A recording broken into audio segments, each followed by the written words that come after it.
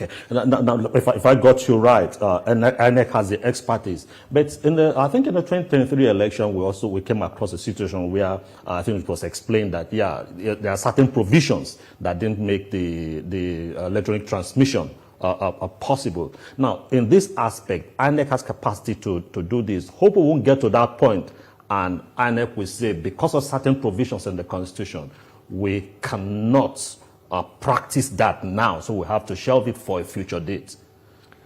I don't think so. I'm in touch with the chairman of INEC, and he has given his full support for this bill.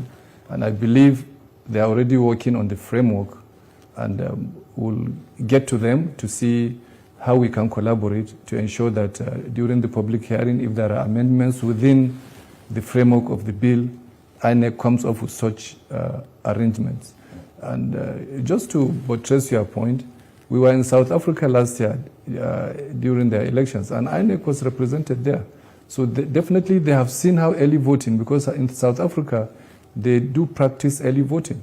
So INEC would have learned lessons, from South Africa in terms of how early voting takes place. And it will surprise you to know that in South Africa, not only the election workers vote, you have the aged people, pregnant women, people with disability. In fact, they even go to the homes of their citizens, those who do not want to go to they don't want to go to the polling unit on election day. They go to their homes, to give them ballot papers, together with with all the party officials, and they vote. In fact, we were in prison in South Africa. Even prisoners were allowed to vote.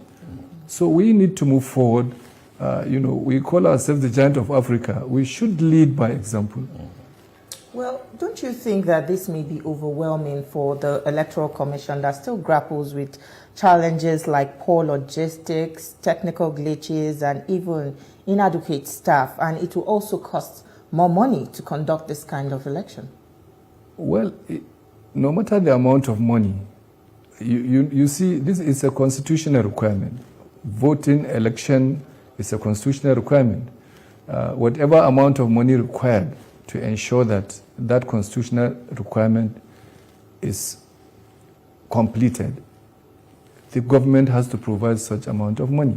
So I don't think that is going to be a problem, because if the government does not provide the money, then there will be a constitutional crisis on that matter. So the issue of ad hoc staff, I think INEC has that expertise too. They've been using the members of the NYC, university lecturers, and so on and so forth. And so far, so good.